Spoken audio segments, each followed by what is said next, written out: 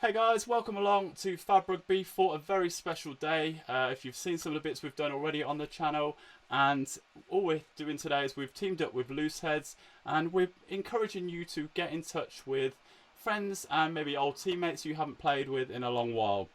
So talking about old teammates who haven't played in a while, if I switch over to here, we are joined by Mr. Brad Shields and Beauden Barrett. How are you both? Are you okay? Oh, well, thanks. Very good, thank you. So, before we really get into the chat, I just thought I'd say congratulations, Beauden, on your recent news. How's your soon-to-be a father? How's that kind of gone down? How the past couple of weeks been for you? Thanks, mate. It's been awesome. Obviously, a fair amount of relief knowing that you can do it and you get one across the line. Even though we're only halfway through. So, yeah, things are looking really good and we're so excited. Can't wait. So last time I spoke to Brad, Brad declared himself as pretty much the next children's entertainer. That was his new role after rugby. So Brad, have you got any tips for Beauden, like what to expect in the next couple of years? You've got to basically drop everything for your kid if you want to keep them quiet. So to start, simple, mate. He'd be a natural. I can't compete with his entertainment. Do you follow Lou, his wife, I do, on Instagram? He's mad. He's not normal. Well, one of those questions is going to come up in a second. Lockdown makes people crazy, mate. So thought we'd start off with some fun questions just to kind of get us underway. And all you need to answer with this one, I need an answer from you both. The only answer can be Brad or Beauden, okay? So I'm going to ask you a question. You answer Brad or Beauden. So who is the better cook? Beauden. Beauden. Who is the best? Who is the best dancer? Brad.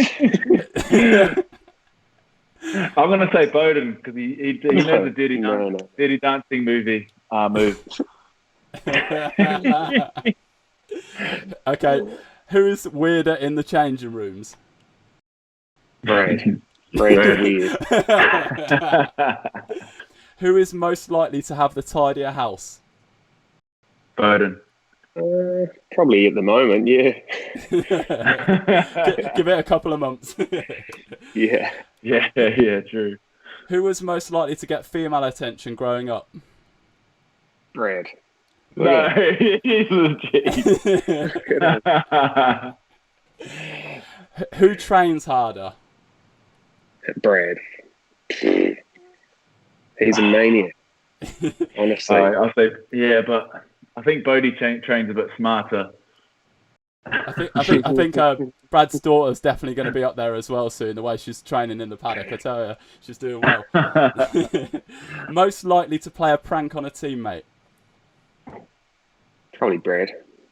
Yeah, I'd probably say Brad. If I'm influenced. So, all this is about today is obviously getting old friends and old teammates to reconnect. What you might not have known, guys, is you've actually appeared with Looseheads before. Now, I'm going to send you over an image here. Let me switch over. This is a photo. Just bear with me 1 second. And I'll put this on the chat as well. So you've actually appeared with Looseheads before. Brad, you look amazing in this. And it really gives me envy with that beard, how good it was back then. We're just going to switch. See there, wait a second, and it's disappeared. Okay, so yeah, we're going to talk a little bit about your past now, and kind of the Hurricanes as such. We're going to move on to, but we'll start with where did you guys first meet? So where was it that you first met? We probably shook hands playing rep rugby. I played for Taranaki, Brad, Wellington, and might have been under 18s maybe. Yeah, I think that's as far as I could go back as well. I think the first time we properly met would have been through the 20s and that, or 17s maybe. Yeah, probably 17s. New Zealand under 17 trials. What was your first impressions of each other? It's like farm boy. It's just this massive unit. And I was quite intimidated by him. So like a lot of people would be until they get to know him. Yeah. So what's your one memory like that you kind of if I was said to you, Beauden, I said, Brad Shields, what would be your one distinct thing that would pop up straight away? Gosh. Just like a big kid doing crazy stuff, like a real fun person, but then another image of him just going beast mode in the gym. There's probably two. It's just so contrasting. Okay, Brad, what about Beauden then? So what's if you were to have one memory, one thing that makes you think of Beauden? I think probably like good at every single thing. I know that's like, they used to call him, like a few of the boys at training used to call him the golden one. It was basically like, touch a golf stick or club, sorry, a club, a tennis racket, a football, a rugby ball, anything, like super fit, and I reckon just like hugely skilled, eh? So you just revealed Beauden's got a nickname. Beauden, did Brad have a nickname in the squad? Ooh. I called him Rattler. Okay. That's probably it, eh? So what? Yeah, I don't know if you did have one. Shieldsy? Everyone used to call me Shieldsy, yeah, like that wasn't nothing apart from that. So we talk about the success of the Hurricanes and that over the years, and I just wanted to ask what your best moment in a Hurricane shirt was. If we start with you, Brad, what was your best moment in a Hurricane jersey? Probably going to be the same, I guess. But I guess for me, probably winning that Super Rugby title was definitely up there, and one of the along with my debut for the Hurricanes. Obviously, you dream of playing for them when you're a kid, but I think definitely winning that Super Rugby title for the first time for the Canes was pretty special.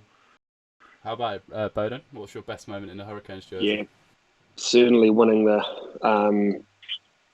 Super Rugby comp. In front of our home fans. We had a great home run. We had quarters, semis, and finals all at home, so it was a great few weeks.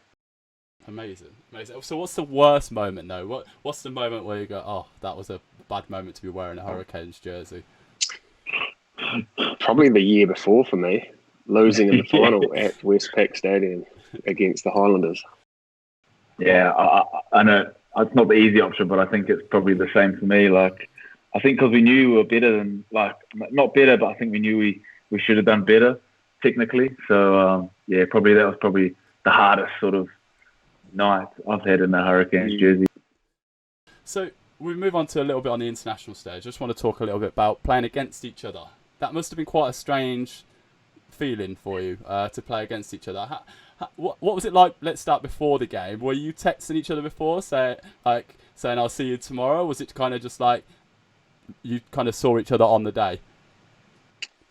Maybe not that week. Maybe a couple of weeks leading up to it. But I'd always talk to Colsey. Colsey may have spoken to Brad, and vice versa. So, but Colsey's a bit funny like that. He doesn't really like talking before games and that. So you might not have got much out of him, Shieldsy. No, all I got was the middle finger basically. That was it for about 2 weeks. Brilliant. So I couldn't take him seriously. It was just like every time, I don't know what it is. It's just because we obviously go way back, and if we both looked at each other down the tunnel, I probably would have giggled. Yeah. What was it like? I think this when I walked out, I was definitely so tunnel vision because I just could feel this vibe next to me. All these guys next to me. So you didn't pick each other out when doing the haka then? You weren't picking out or just to hold it together? Yeah, well, that's another moment where I chose not to look at him because. I think it felt like everybody was looking at me, which is probably not right. But I definitely know Colsey was staring straight into my soul during that time. So obviously it's quite a tough period for everybody at the moment around the world that's going through the lockdown and stuff wherever they are in the world. We're just basically covering off people's advice for keeping sharp throughout this. Looseheads do a brilliant thing where they kind of talk about the mental fitness. Obviously, a lot of people look after their physical fitness with training and stuff. Just kind of wanted to know what you guys are doing for your mental fitness. How are you keeping sharp throughout? Because obviously, Beauden, you're going to be back playing soon. So you were excited about getting back to that. And how are you kind of staying sharp for it? Yeah, I guess there certainly has been some darker days than others. It's just the way it is. Like, we've been in lockdown for probably 6 or 7 weeks now. There have been some, better weeks than others, especially when you're in a training program. Like, it seems so repetitive, and with limited access and training on your own and all that, you do have to dig deep to find that motivation at times. But I guess I'd just go back to my sort of purpose and think of those struggling times and how bad it felt coming off second best, and that's how I use that as motivation. But I think just keeping in contact with friends and family, just checking in, because I don't know if there's one person that won't be feeling in some way, a little bit negative about this whole thing. But you just have to understand that everyone's going through it, and talking to each other certainly helps. Yeah, I've seen some of the training programs you've been doing, so you're keeping physically fit and stuff. Are you looking forward to getting out there? And I'll come to you in a sec, Brad, and I'll ask you on your side of things. But are you looking forward to making your debut for the Blues? Yeah. I haven't played footy since the World Cup, last game against Wales. So I've been training hard, and obviously moving franchise, I'm pretty keen to get things started. The fans up here have always sort of wondered where I've been at the start of the season, taking an extra break and doing a bit of travel. So copped a bit of slack for that, but that was all the plan of having a bit of a break, and mentally and physically refreshing. So I'm pumped. Yeah. So Brad, how are you kind of keeping with everything that's going on? Because obviously we haven't got an end date yet in the UK of when we might hear some news tomorrow about if we might hear the Premiership coming back, or some news anyway with regards to lockdown. I just want to know how you're keeping kind of mentally fit and kind of ready for if we're ready to go next week, sort of thing. Yeah, I guess real similar to Bodie is obviously we don't have an end date, which potentially New Zealand didn't have, so not till the other week. So I think for me it's just trying to stick to some sort of routine, and I think definitely having family time for me is a massive positive, because with rugby obviously you do travel quite a bit, and a lot of your time is taken up with rugby. So it's almost like the complete opposite at the moment. I put my training around different times in the day, just so I can spend a lot of time with family, and that sort of keeps your mind occupied. Obviously, like we said before, Charlie definitely keeps me busy during the day. She's just dropped the nap, so she doesn't sleep anymore, which is crazy times. But yeah, and like what Bodie said, keeping in touch with family. Like, I reckon I've spoken to some of my family and some friends that I probably don't even speak to on a regular basis normally. So it's quite good to, like you say, reconnect. But I definitely think a routine for me personally has been a bit of a saviour, just to make sure things sort of run a bit smoothly, so I'm not just going day to day wondering what I'm going to do next. Brilliant. Well, guys, thank you very much for joining us today. It's all part of today. We're doing a whole thing with Loose Heads it's called Team Talk, and it's just encourage you to reach out to old friends and old teammates and stuff. So thank you very much, guys, for joining us. No worries. Thanks, Cheers, Basil. Appreciate it, mate.